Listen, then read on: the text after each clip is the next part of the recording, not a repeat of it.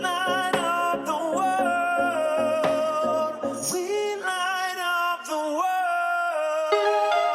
Welcome back, Atlanta. It's your girl, Angel Yasmin. Thank you for tuning in every Thursday from 1 to 2 p.m. on Fire to Inspire on Next 411 on IBNXradio.com. Look, guys, we're having a party with a purpose today, and we're going to recognize Breast Cancer Awareness Month. And I want you guys to join in on this party. Don't leave this party because, honey, we're about to have a really good discussion about people that we know fight with a purpose every day. I know all of us know someone who has gone through breast cancer. In fact, it seems that many of us know a number of people who have gone through breast cancer, and we thought it would be a valuable time to bring up this conversation that may not be easy for a lot of people that are actually fighting through this at this very moment, or you know someone that's going through it right now, because again, it's not about just the person that's going through it. It affects your family, it affects your community, it affects the people that love you the most. So let's open up this conversation and have a real talk about how it really is to fight off breast cancer. But I want to first dedicate this episode to my dear sister, Stephanie Ann Howard. I love you, girl. She has fought off and beat cancer in the ass, and I meant what I just said twice, guys, twice in a row. And it wasn't breast cancer the first time, but the second time she fought it off. And I just want to say, Stephanie, we love you. We celebrate you today. And I'm sorry that you couldn't be here today, but I know we're going to party with you next time. All right, so here we go. I have some special guests on the show that is very dear to my heart. I'm going to let them introduce themselves. What's going on, ladies? Hey, how are you? I'm good, thank you. Hi, well, hey, this is your triple negative thriver, LaVonne NaTasha, representing as the ambassador chair for Charge Up campaign, here to just bring awareness and awareness beyond awareness. Yes. So hoping that we get a lot out of this party today, and I'm just looking forward to working with the rest of my sisters here on the panel. Awesome. Hello. Hello. I am Charlisa Herriott, and I am the co-chair for the Charge Up campaign, brand ambassador, and I am also known as the assassinator. Yes. All right. Yes. I'm ready to kill. Yes. Okay, hi. I'm pretty boring compared to these ladies here. Yeah, right. I'm just a good old girl from Cumming, Georgia, breast cancer survivor, Anne Marie, and I'm excited to be here today. October is Breast Cancer Awareness, and lots of pink everywhere. And very excited to be here and just encourage anybody. I haven't met all of you ladies. We just kind of spoke over the phone, and I promise to God, I really enjoy your energy. But I met Anne Marie, what was it, like earlier on when I started my podcast, in the mall. Yes. In the mall. Shopping. H&M. My favorite thing to do. Right. Yeah. And I'm one of those people that does not meet a stranger. And I was like, oh my God, what do you think about this? And what do you think about that? Mm-hmm. And she had some pink shorts. So you were shopping for your husband. Oh, that's right. I was shopping for a pink shirt for him. That's right. Yes, that's right. And I was like, I'm so jelly. My husband doesn't wear pink. I wish I can get him to wear pink. And we started from there. We're here serving purpose, and I'm excited that you joined our party today. Yes. And these two ladies are phenomenal. And thank you so much for coming on. Thank you for having us. Oh my gosh. So we're going to go ahead and get started. I'm just going to kind of go around the room. And the first question I'd like to ask is, when were you diagnosed and what age, and what was your first reaction when you got the bad news about breast cancer? Okay, so I guess I'll start. This is LaVonne NaTasha. So I was diagnosed in November of 2017 at the age of 38. And in all actuality, I was in a very good place in my life at the time, with the exception of trying to figure out what was going on with my work, because we were in the midst of a reorg at the time. So I had some decisions to make as far as whether or not I was going to be moving out of state to continue my job or accept a layoff package, etc. But outside of that stress, I think maybe I was under. But other than that, it was just it was a good season for me. And again, 38. And the irony of it was the reasoning that I found my breast cancer was because of this reorg. Because I'm thinking, okay, if I accept the layoff package, I'm not going to have medical insurance. So I need to go get all these checks tests done. So I just literally made every doctor's appointment possible. And one of them was my annual OBGYN. And I went in and we started talking and she started my exam and I was telling her I was feeling sluggish. So, the big thing about sluggish is losing weight, right? Everybody wants to lose weight. So, yeah, that's the ongoing conversation. Yes, weight loss. So that was her first initial okay, you tired? Let's get the weight down. Okay, cool. Let's get the weight down then. All right, doctor. But as she continued my examination, unfortunately, she felt the lump. And I did not know that she felt more than one, but she felt several. She immediately recommended a mammogram for me. She tried to, comfort me and tell me, oh, this is just new. This is new for you. So we just want to get it checked out. It could just be fibrous tissue, and that's what I think it is, yada, yada, yada. So we go through, and I'm honestly not even worried because I'm like, yeah, that's all it is. It's fibrous tissue. But at the end of the day, let's say my appointment with her was the Monday, and the Friday I was in for this mammogram. One thing I didn't realize, there's a big difference between a regular mammogram and a diagnostic mammogram. She had sent me for a diagnostic mammogram. And never having one before, I was 40, you don't get one until you're 40, so I'm 38. Never had one before, so at that point, I was just like, okay, mammogram, but not realizing it was diagnostic. She kind of felt something about that particular moment. So long story short, I went in for a diagnostic mammogram that day. 9 a.m. was my appointment. I did not leave that office until 4 p.m. that day. The reason being, the radiologist kept coming back asking to do more tests on me. In that one day, I had an ultrasound and biopsy 3 sites of my left side, because they just needed to confirm. And this was a Friday. So at that biopsy point was kind of when it started setting in. So I spent the rest of the weekend kind of somber. They told me I would hear from someone, early in the week next week. So, Monday, Tuesday, Wednesday is kind of what they said. Wait. I bet the wait is crazy. Wait. But you know what? I didn't have to wait that long. 10 a.m. Monday morning, the radiation oncologist herself called me. So that right there, the moment I heard her say her name at the beginning of that call, I knew what she was going to say. Wow. So I just sat down and, she asked me how I was feeling. How did the biopsy site do? Did it, have any type of issues? No, everything went well. I rested the weekend. She said, okay, well, unfortunately, we found malignancy in all of your sites that we biopsied. Wow. So not one of the tumors, but all 3 that she biopsied were malignant for cancer. So I kind of just sat there, and at this point, like I said, I was Miss Independent. I had this whole Miss Independent thing going on, and lived my life, for me, and goal set hit, yes, just keep doing it. That was and I loved living that way. I was fine with that. And this just kind of stopped me in my tracks, because it was like, I have to tell somebody, don't I? Yes. No. Yes. Maybe. Then I was like, okay. Then it went from that to, okay, somebody's got to know where all my bones are buried.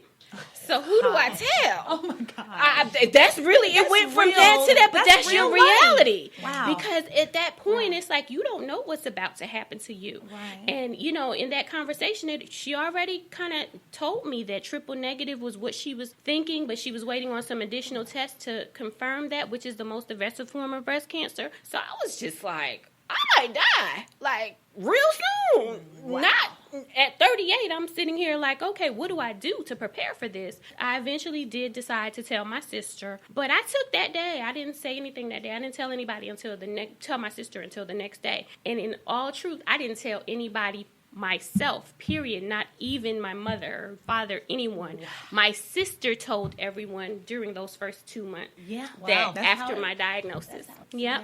Wow. Yep. So, it was a state of shock, but what ends up happening is you go from that state of shock to a fight or flight mentality. And as God is my witness, he looked at me and he said, listen, I'm going to tell you what you're about to do. You're about to fight. And I started fighting. I just started fighting.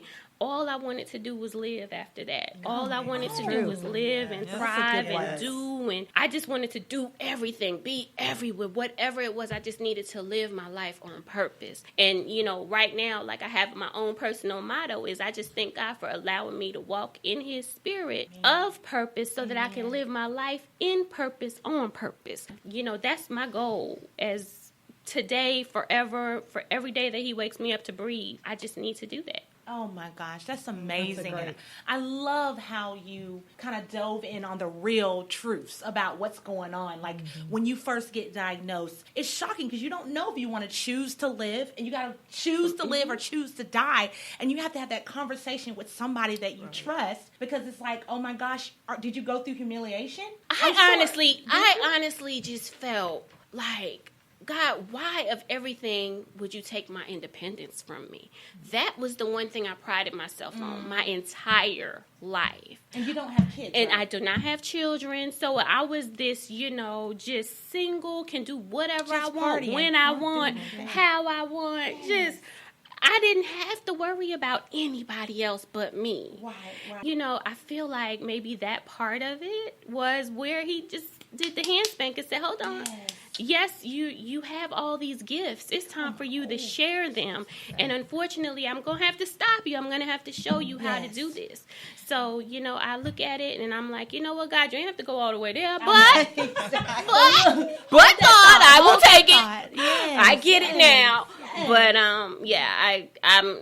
I'm loving the life that he is creating. I'm so excited for you. And you know what? You kind of patted me on my hand because I don't have kids. You do live a life where you're independent and you don't think about that time where, you know what, this could happen to me.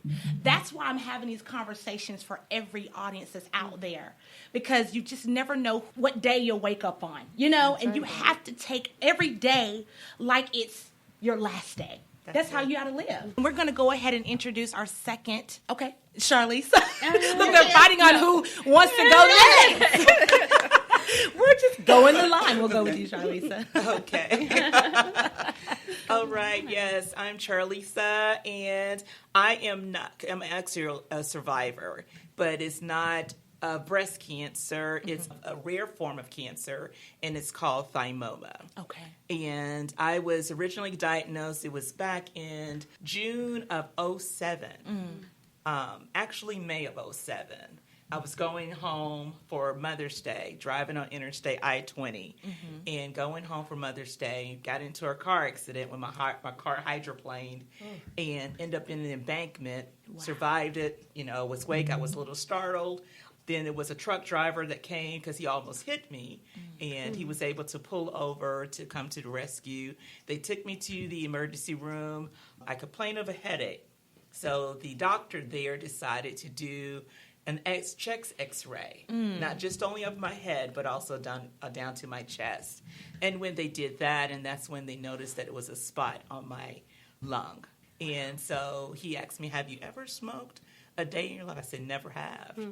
And then he stated that, well, I think there's something, I'm going to refer you to a lung specialist so that we can check and see what it is. I'm not exactly sure what it is, but we see that there's a spot that's on your lung. Wasn't thinking anything of cancer. I was just like, okay, what is the spot on my lung? Not having any problems, not any pain or anything. And when I go to the pulmonologist, and then he actually did some more scans, and then he stated to me, I think that this possibly could be cancer. And he was thinking of another form of cancer at that time, so he sent me to the oncologist. And all of this is within a week's time period. I went from one doctor to the next, and I had just moved here to Atlanta. I was only here for 3 months. Wow. And so I went and trusted the ER doctor to send me to the pulmonologist. I trusted him to send me over to the oncologist. So I went and seen the oncologist, and then that's when he stated, came back, did some testing, they did a biopsy. I had an appointment to go back.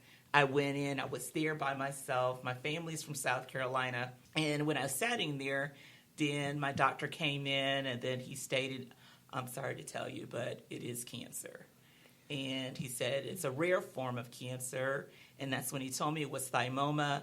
And he said that we're going to have to, it's very aggressive, so we're going to have to do something immediately. So next week, you need to come in and start chemotherapy. Wow. I was only 36 years old, no children, haven't been married, finding out on my own. And then I broke down. And the nurse that was in there, she came in and she kind of hugged me and she said, you know what? She said, where are you from? And I said, from South Carolina. And then she stated, well, my husband's from South Carolina. I said, oh, really? And I said, what part? And then she stated Sumter. I said, oh. I said, I do. She said, what's your last name? And when she indicated her last, I said, you know what? I had some neighbors. I used to be my neighbors. Wow. Same last name. And then she said, well, what's the name? I told her the guy's name. It's her husband. Oh, my goodness. Wow. Oh, my gosh. I Wow. was like, look, amazing. Wow. And then she told me, she said, wait a minute. She said, you're not alone. You have family. I'm family. Yes. And so from that point on, I kind of get a little, chucked up when I tell the story. But from that point on, I knew that I seen God's hand in it. Yes, absolutely. His hands in it. Absolutely. Because from the accident, the same spot where my car had stopped, they just cleaned up the area 3 hours before where another woman, and she died. But I lived. So, yeah. So then I had to go through aggressive chemotherapy. Then after chemotherapy, to shrink it, they said it was the largest tumor that they've ever seen for this type of cancer. And as a status, it was rare. They had to send over different doctors. They had to send me to different specialists to come and check and see exactly what was going on, how we were going to treat it, because they just didn't know. It was not much research that was out there then in 2007, and nor still is it today here in 2019. Wow. They found a surgeon, and he was the number one surgeon for the Southeast, and he actually removed it. Then I follow up with 3 months of radiation daily for 3 months. Ooh. Intensive, yes. Wow, that's quite a story. Quite a story. And the thing about it, I was still working. I just got a job. Just got my job. And so I was thinking, how am I going to do this? I went through chemotherapy, started that and was still working, but then no one knew. I had chemotherapy every 3 weeks on Friday. Yes. And then Monday, I was back at work. Wow. And when my hair came out, put on the wig, they thought I was just doing my thing. I know. Yeah, just kept moving. You kept just moving. kept living. You just kept living, showing up for life, showing right? Up That's for it. life. Just showing up. Yes. That's all it takes. I don't care. All of us go through different types of things in life and situations, but it doesn't mean that we don't have to show. We can choose to stay in bed and cry and throw tantrums, get an attitude with God, but it's got to come a time when we have to say, you know what? I'm fighting through this, baby. I'm going to get through this. You know? That's the thing, because I asked God, I said, why me? Then God turned around and said, why not you? Right. He told me, he said, I have prepared you for this. Yes. And I was like, Lord, no. I mean, all of this? Got to go through, chemotherapy. Then I had to go through blood transfusions after just the whole 9 yards. And I'm like, I don't think I can, and still work full time. Full time. And then like I said, I just got hired, and I was like, I had to let the employer know because I had to be out for surgery, and I had to be out 3 months. Yes. Would you believe it that when I actually, went and sat down and talked with my supervisor to let her know about what was going on, everyone turned around and donated leave to me. So the whole 3 months, I still had a check. Come on. I did not go without a check. Yes. Come on, check. And I just purchased my house. He's so Who good. does that? Come on. Yes, he is. And you're 36 years old. 36 years Wow. old. Yes. Wow. When it bought my house, and who does that? No. Going through chemotherapy. Yes. But you Yes, know what? I You did. were a living testimony Yes. because, baby, somebody's going to hear it and say, I can do this. Everybody has incidents. We all have a moment when we wake up and say, oh my God, did I just get hit by an 18-wheeler truck? Did this just happen to me? Right. Why me, God? Why me? But start asking that question, okay, how would you have me serve purpose in this moment right now? That's the question that you need to ask, you know? And that's the good question, because that's where it Yes. hit. I was, clean bill of health up Yes. into 2016 of December, and then it reoccurred. And so I've been on the battlefield since 2016. Wow. And I was doing chemotherapy every week up until every 2 weeks. And I just started just a couple of months ago, getting ready for radiation now. So then this time I didn't ask God, why me? I said, God, what is it that you need, that I need to be doing that I'm not doing? And he's told me that you need to go out there and to serve, to let others know that they too can live, no matter what it is, no matter the challenges. And so then that's when God said to me, I said, okay, God, I'm going to do it. I'm going to live. And that's why I live on. I shall live and not die. Come on. Yes. I shall live and not die to declare the works of the Lord. And God has put on my heart to say what? Celebrate me. Yes. So that's where I have my platform now. Time to celebrate me. Yes. And that's what Charge Up is about. It's about celebration, celebrating life. Yeah, absolutely. All about celebrating life. And I have to say this before Ann goes on. I have to say this because I want us to get out of the BS. Let's just be real. And I'm going to have to get real with you guys because we want to blame God for every little thing. And there was this guy that told me a story. He said that one day there was this guy that was walking around and he saw the devil on the doorstep crying. I mean, just crying his eyes out. And the guy walked up to him and said, why are you crying, devil? Like, what's up with you? Like, what's going on? I thought you were cocky, you're confident. You're all this and all that in a bag of chips. And the devil replied and said, everybody's blaming me for everything. But listen, that story is to be told because we don't want to believe belief systems like that. We need to wake up and say, you know what, we're human beings. We are all living a human experience, but we're just spiritual. We're human energy living a spiritual experience. You get what I'm saying? Yes. So I don't want you guys to blame God for everything. But yes, you do need to talk to him. You do need to go to him. You need to walk with him with this. Because again, when you slow down, time speeds up. Yes. When you speed up, time slows down. Yes. Meaning you need to live your life like it's your last. I don't know. I've always just been lit all my life. I want you guys to understand that everything is not because you did something bad. That's another thing. Right. A lot of people always say, oh, this happened to me because I didn't even do anything wrong. You know, you find angels. Like, I feel like you guys are great people. And people say, well, why do all the worst things happen to the best people? Well, they're the best people to carry the story, you know? That's it. They're brave enough to do it. They're courageous enough to do it. Yes. So, Ann, we want to come to your story. Say, take up your bed and walk. So my story is a little different. I'm actually, I actually was diagnosed at age 47. I actually had a normal mammogram in January 2016. I am a type of girl, I'm on it. I don't miss an appointment. I don't miss dental cleaning. I don't miss anything. So there was never a mammogram missed, never a doctor's appointment, mole checks. I'm on it. Wow. All or nothing. But anyway, so I got diagnosed. I'm at 47, had a normal mammogram in January, and I actually felt a lump in the shower one day, and I was like, oh, that's a little odd. But I didn't really think about it. It didn't hurt. And to be honest, I just kind of forgot about it. Breast cancer never crossed my mind. Wow. Right. I was busy. I was training to run 100 miles. Wow. It was a race, a 100-mile run. And I was going out to Colorado to run a marathon, one of the hardest things I'd ever done. Felt the lump a few months later and was like, I'd already done one of the hardest things in my life. And I was still training to do probably the hardest thing in my life. I felt it again. I was like, oh, wow. So I have a PA at work. I'm actually a cardiology nurse and I've been there for 15 years. I have a PA that I'm very close with. I'm like, Sarah, check this thing out. She's like, oh, my goodness. She's like, you got to get it checked. I was like, oh, girl, I don't have fucking cancer. She's like,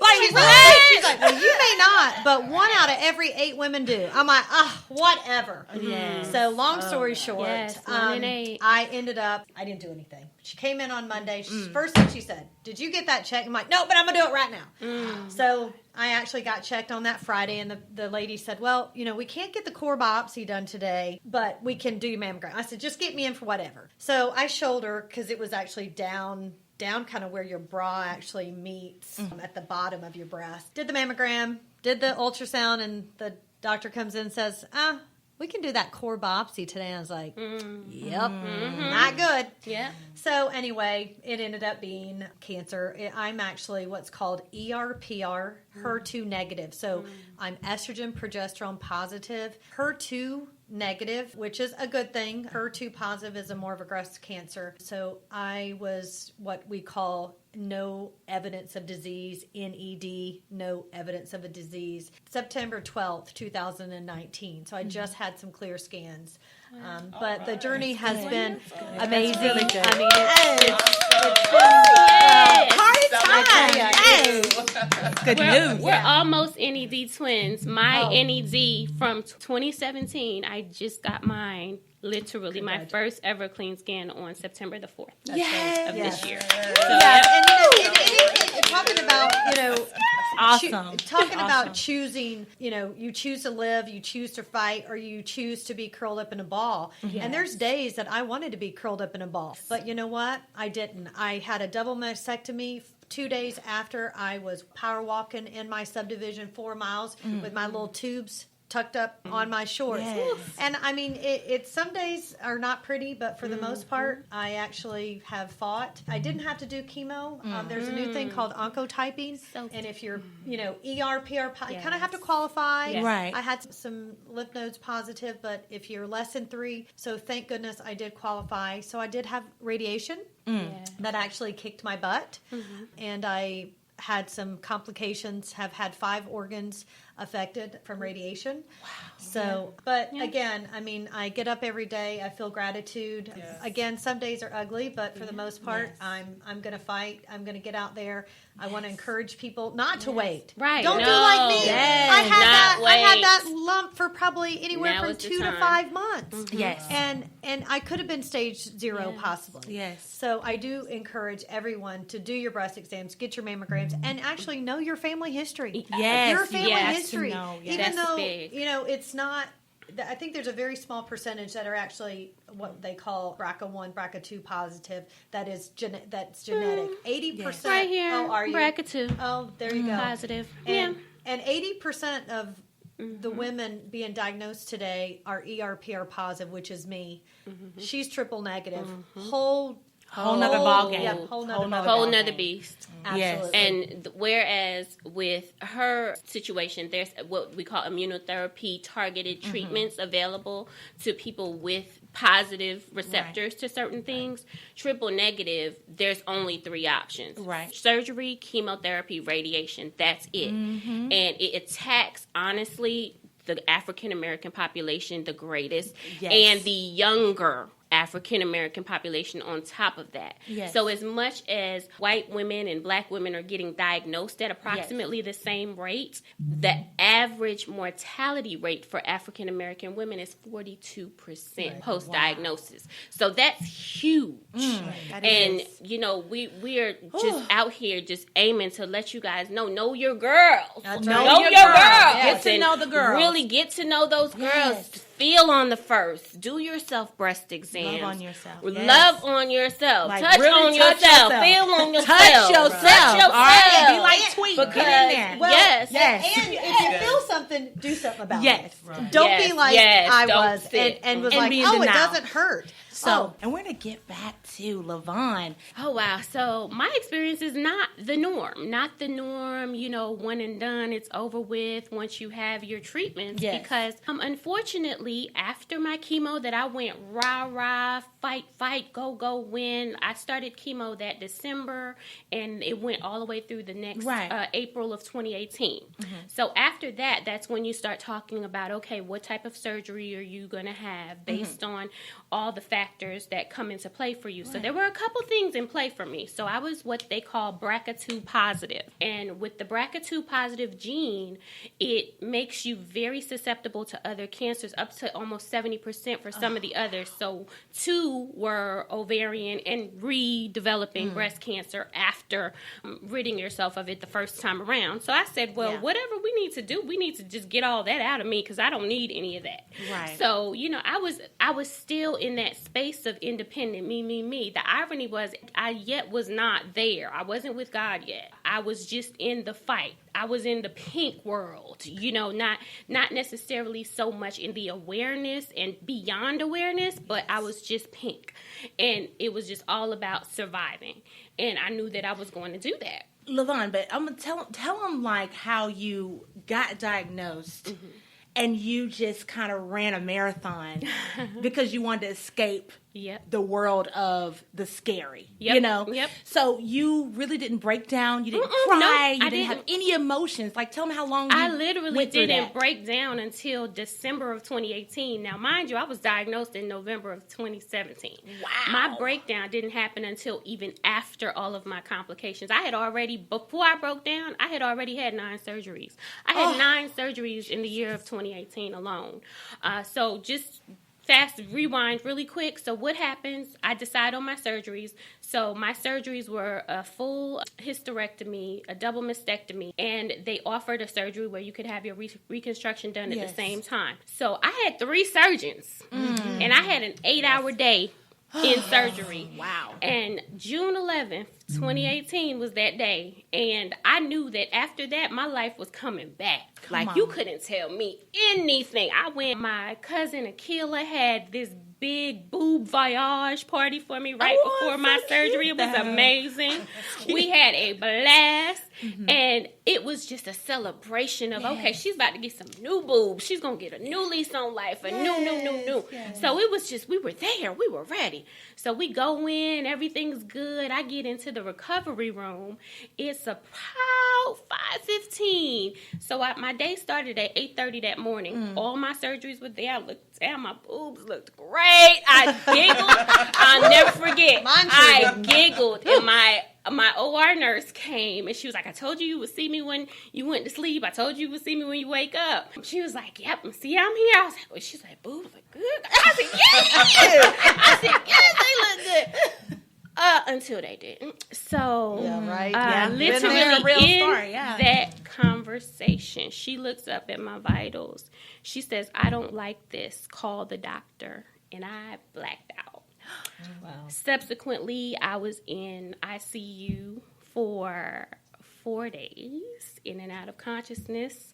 I had initially already gone in for 3 surgeries. I think I might have had 2 or 3 more during that particular stay. Wow. I was dying. My blood pressure was really, really high, and my heart rate was really, really non-existent. So I was dying. And in that death, in that dying of myself, I think God was killing that independent spirit in me. Oh, come on. There was a moment. Ooh, come on. I can honestly say, that's a word. As God is my witness, wow. I do not lie when I say this. Good. My eyes opened and closed while I was going through. I don't know what was happening around. I honestly do not know. My family would have to tell you. I have those 4 days are a blur to me. Yes. However, a lot of them, and I do have a significant other. He told me not so long ago, literally probably about a week ago, he said, it's what you don't know that's amazing. Mm-hmm. And my nurse, one of my nurses said, during the time frame as I started to get better, she said, when we come to you and we look amazed, we are. Because we didn't think you were going to wake up. Oh, wow. And, look at that. I'm just going to tell you the truth. I'm going to tell you why everybody is so amazed. And she said, that's why. She said, you're a walking miracle. And you walk in that for the rest. She was a God-fearing woman. She said, I know I'm not supposed to talk like this to you, but you walk in that for the rest of your life. Yes. And I said, okay, so this is when I finally woke up. But during that time, that interval of being out, all I saw, and I shared this with you, was when I would open my eyes, I would see my hospital room, and I would see people, different people, random people, I don't know who I was looking at. But when I closed my eyes, I just saw myself floating with the sky above me and darkness beneath me. Nobody with me. They say when you're dying, somebody comes and gets you that and all that. But I said, you know what, God, that wasn't going to work because nobody that I know is there yet that I would go with. I'm not going. Was God there? I said, nobody. Just really? You just floating. Wow. Just floating. And it would just, when I closed my eyes, it would be there. When I opened it, it would just be the people. Whatever was happening around me would just be happening. And it was crazy. Like an outer body experience. It really was. Wow. And then this was the day that I know that I submitted to my purpose. And it was just probably the last time that I probably blacked out and finally woke up. I was going into, I think, cardiac arrest or something. My body was just failing. And I remember it verbally out of my mouth. mouth saying, God, I don't know what it is, but I give up. It's on you now. Like, I don't know what you want me to do. And I just remember my body feeling like it was just done. Like, I was feeling hot, cold, sweaty, everything all at the same time. And the nurse was, like, running around trying to get whatever she was about to put into my IV. And my significant other was holding this cold rag on my head. She's like, just hold that. I remember that. And then I blacked out. Oh. And the next time I woke up, I didn't go back out. I made it out of ICU after that. And that was my verbal surrender. It was when I said, God, it's not me. And when I think back of it, I look at it, I'm like, okay, that was that moment where I was like, God, I'm done. I give up. Yes. This person, this fighter, I'm done. I owe it to you now. You do what you want to do with me. And I think that's when he finally was like, all right, you get it now. Oh my God. I'm going to bring you back. LaVonne, that is so powerful what you just said, because it's a lot of people that go through these experiences and they keep it to themselves. And they think that, if you dwell on Breast Cancer Awareness Month, that you're just going to invite it in, if you dwell on it. But look, if God put you there, why not use you there, right? To help somebody else. Get involved in the community. Don't be afraid. Don't be afraid of your story. Your story is not for you. Sometimes God gives you gifts, not for you. I mean, you get a Louis Vuitton bag or something like that. That's a good book. That's right. Got that. You do your thing. But when God, alerts you, it's not to hurt you. It's to help other people. That's it. So I love how you're so involved. I mean, you just came back from where? DC? Where? So You've been last week alone. You've been everywhere. One of the biggest things that came out of this for me is my new sisterhood. So my Pink Sisters, and even more so than the Pink Sisters, the cancer support nonprofit community. So Charge Up Campaign, who I'm here representing today, I mean, their platform was tremendous in just kind of being there to uplift my spirit. So it's all about, we're about engaging thrivers. We want to make you feel like you're more than cancer. Yes. We want to go ahead and just ignite passion in you so you know that there's life after this, and we want to educate you. Yes. So you know that, like I said, black women are dying at twice the rate. Twice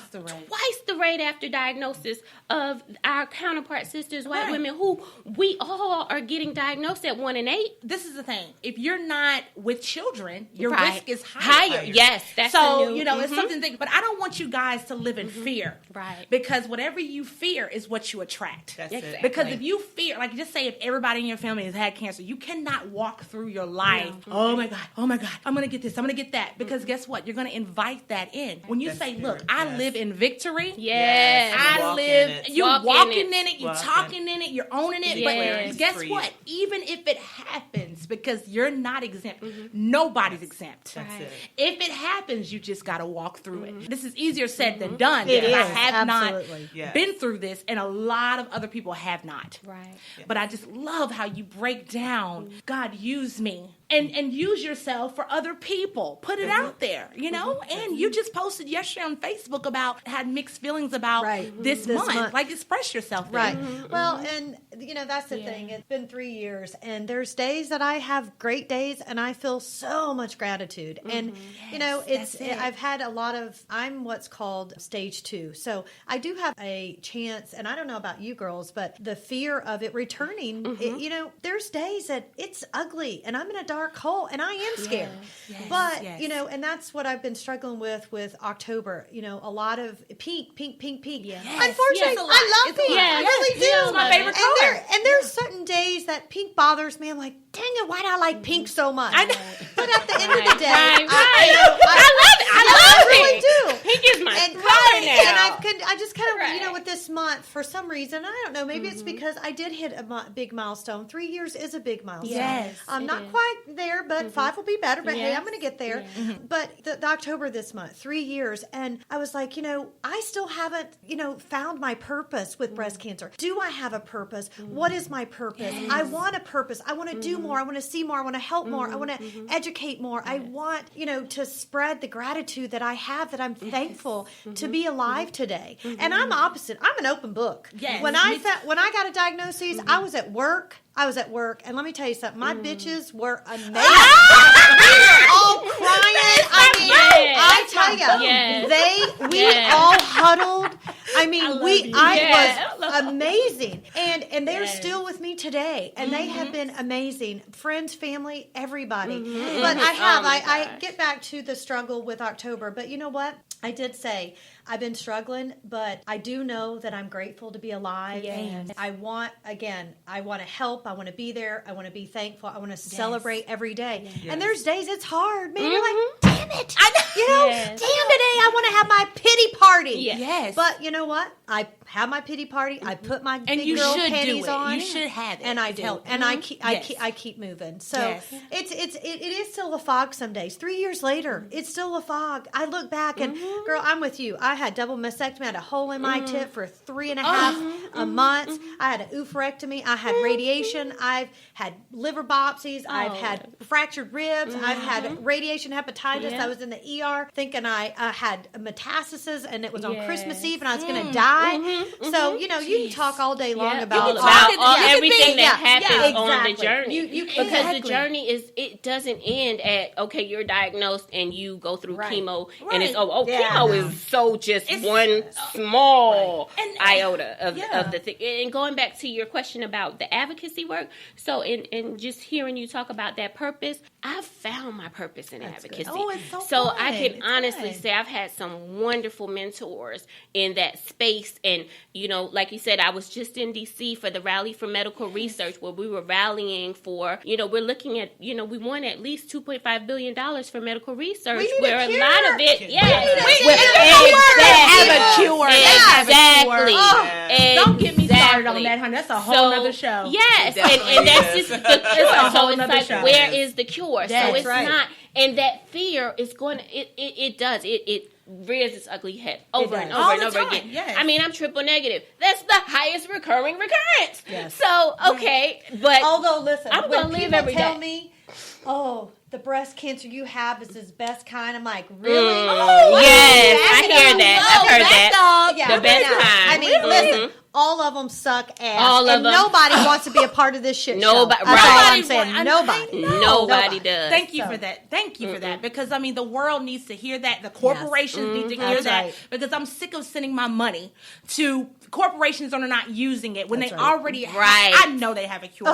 They just want to get greedy. They want to get fat off of our money. Give to your grassroots. Give to your grassroots organizations. Give it to people that really need that are boots on the ground, making actually make a difference in the communities. Yes. So many women, men. We haven't even talked about men who are diagnosed with breast cancer. I know. This is true. Yes. I know. Yeah. So we just have this a whole lot of work out there. We do. To be done. Yes. So much work to do. We just need to find, because it's like my pain where I found my purpose. Yes. But see, in the midst of it was a process that I had to get to my passion. Yes. So this is more my passion now. And I know it's my purpose. And so that you have to go out and advocate, for advocacy, any type of research, wherever you can get your monies, your dollars in to help. If it's just one, just by you speaking now and then talking to everyone, that making a difference. Yes. Someone needs to hear it. Certain things that we say and we don't think about how the person is receiving it. So I think that this is a great thing to join together with forces and our voices to make it be known and let people know that, hey, everyone, we can live. And we can. And I tell you, 3 years later, I can offer people hope and light at the end of the tunnel. And I said, I've met patients and, friends that are just starting that journey. And I tell them, I've been in that seat and I know that you don't see the light and the hope, but I tell you, it's coming. It's coming. It's coming. You have and it's tough. And I know that, me saying that, they're probably like, oh yeah, whatever, girl, whatever. But I mean, we've come far with breast cancer, and I have to, know that, there's going to continue to, I guess, advancements, and we're going to continue to live and exceed the statistics, and we are. And we fight. are. We're going to fight We're through this. already fighting. We're going to live in. We're going to keep fighting. peace now. And it's so funny that you say that men are going through it as well. Right. Yes, and 'cause- they have to, go get checkups too. And they're the main ones that don't. But, right now, Beyonce's dad is going through That's right. I saw breast that on cancer Facebook right yesterday. now. Beyonce's dad. So, again, no one is exempt. No one. But No the one. thing is, if you go through it, you have to help somebody else get through get it as through well. it. That's it. I want to talk about self-esteem. Like, how was your mental health in all of this? Like, who did you talk to? Like, were you single? You weren't married. I but wasn't you married. Had somebody.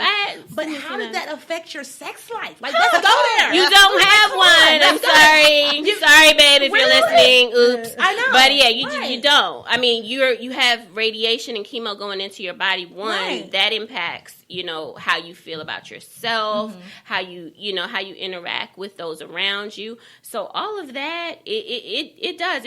I'm going to be totally transparent. Come on, boo. I tried to get rid of my significant other, but you know what he told me? He wouldn't go.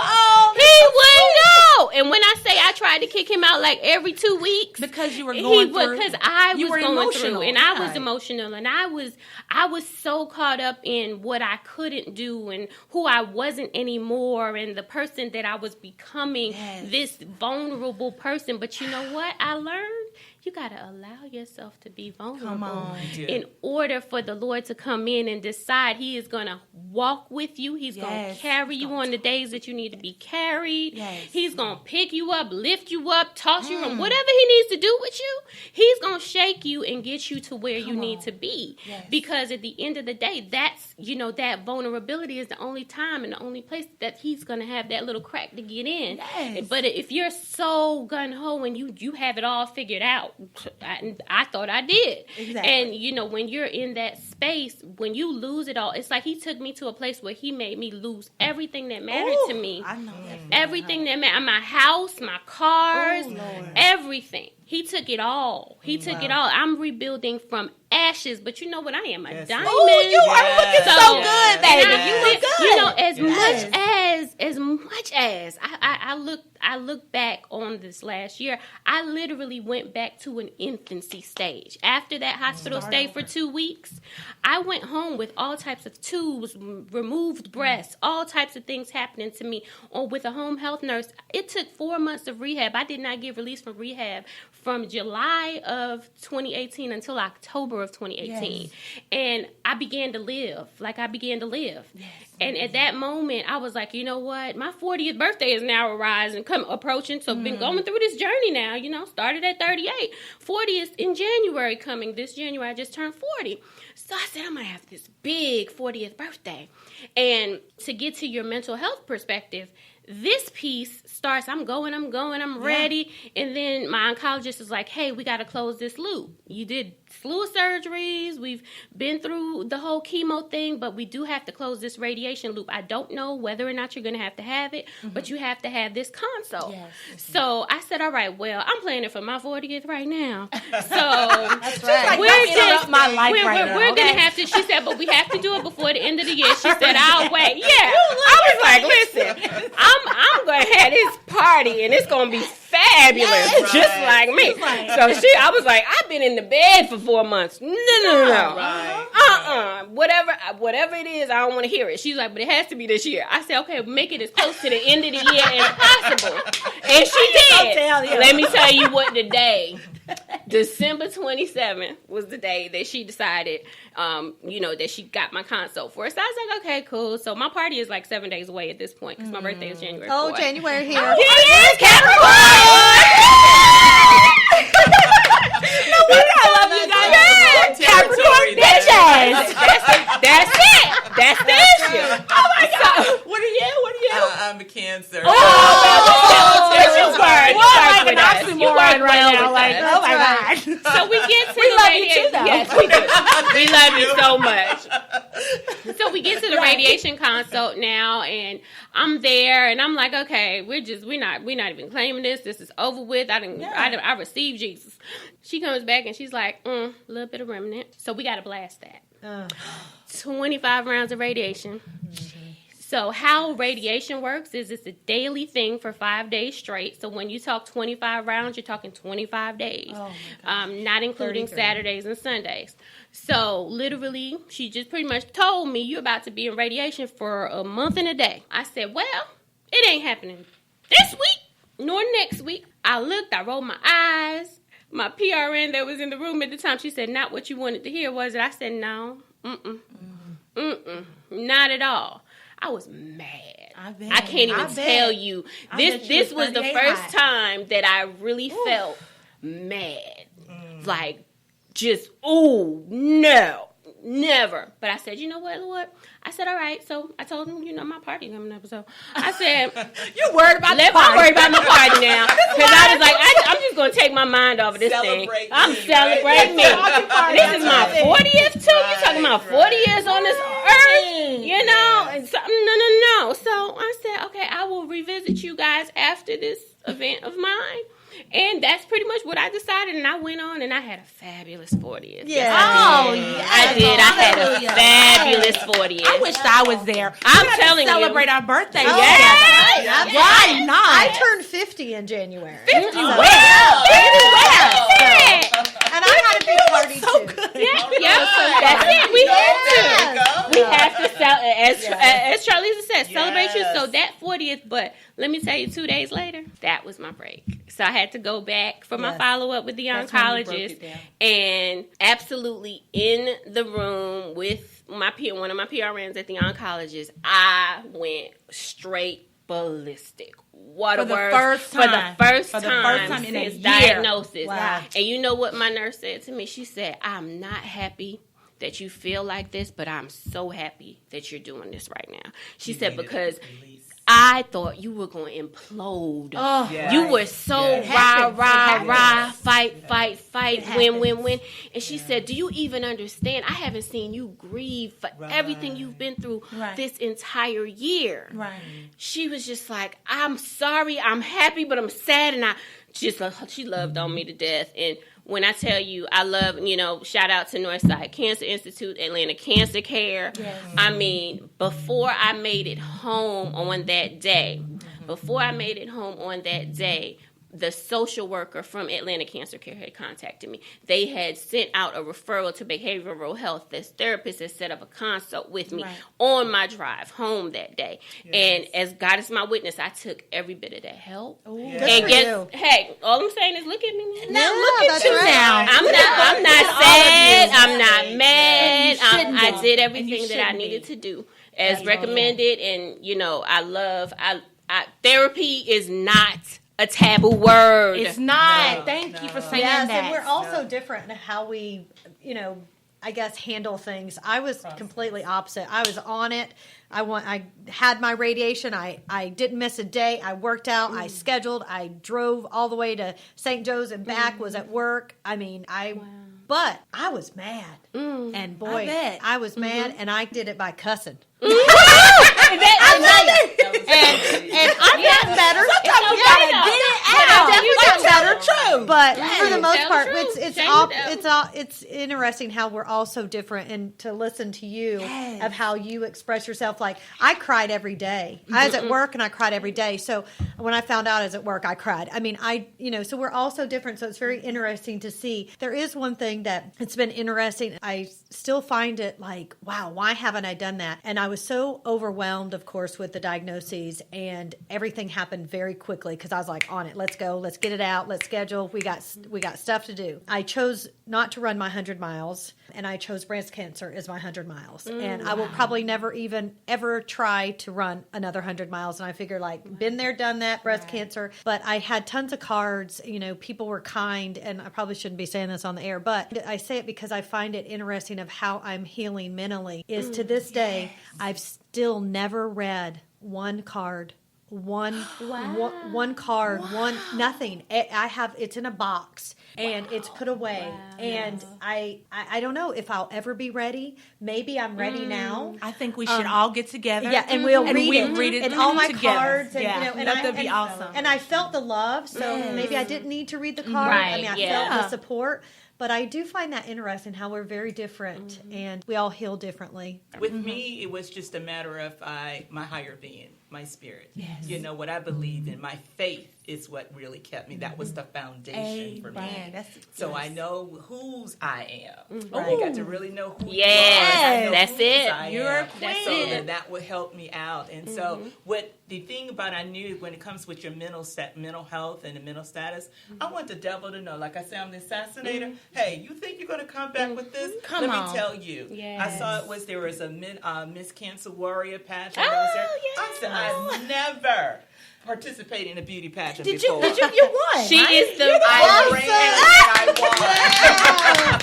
How awesome is that? Yes. I am Come on, Miss Cancer Queen. Warrior 2018. Wow. Yes. That's so, awesome. but see, the enemy, I said, you can't get me because I Nope. was going to go and I was going to do it. And then when I wasn't thinking, I was just going to go have fun. Yeah. You Yes, know? yes, Just yes. enjoy it. Nothing Don't intentions of stay in the winning. bed. That's it. Yes. That's And what when they you stated number 12, and I was like, oh, I'm looking at Oh, Yes, And yes, they're looking at me, and I'm like, oh, I love it.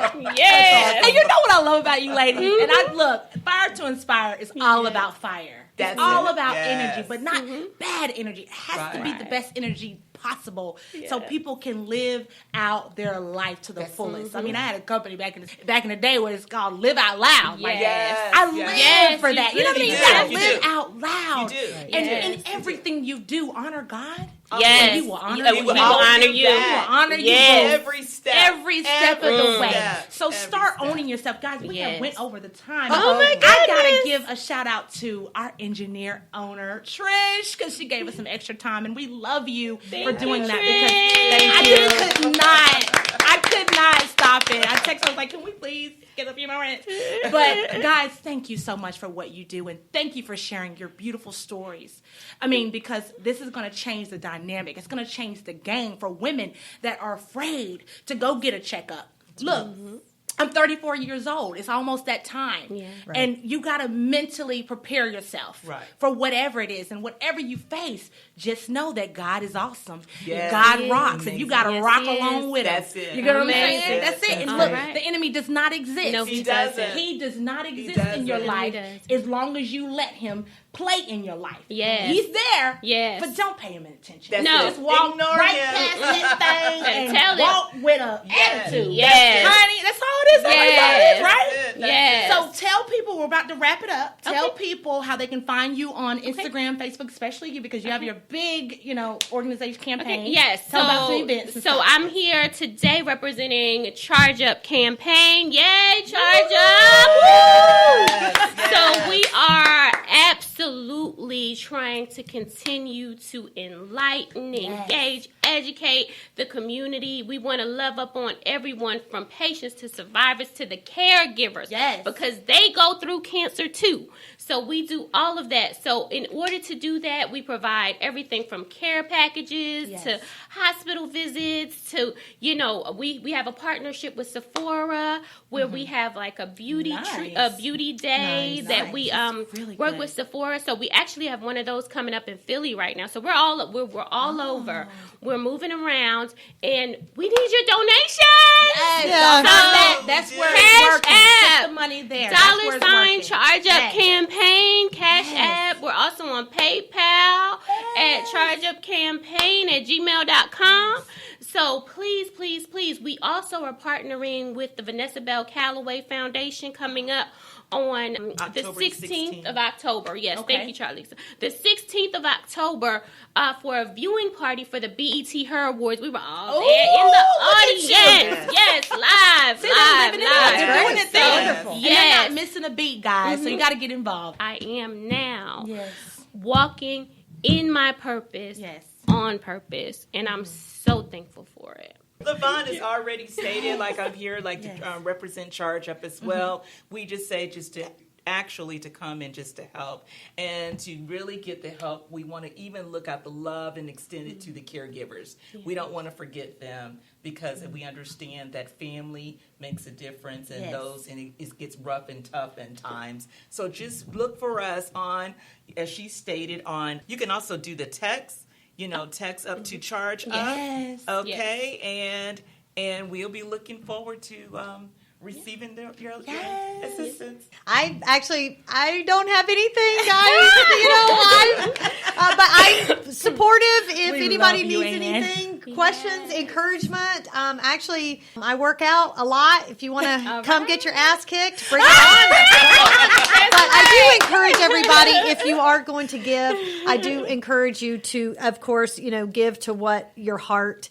And know what who you're giving to, what it's going to. I mean, we think that a lot of these, the monies are going to X, Y, and Z, and they're really going to A, B, and C. So I do encourage you to really get educated on if you're giving money to where it's going. So we're, getting it to the right people that needs it. Yeah. Awesome. Right. Thank you for Thank that. you. Thank you, ladies. You guys are so spunky. You give me so much inspiration. You got me so fired up. But guys, thank you for joining us live. Make sure you come next week from Thursday from 1 to 2 right here on IBNXradio.com on Fire to Inspire on Next 411.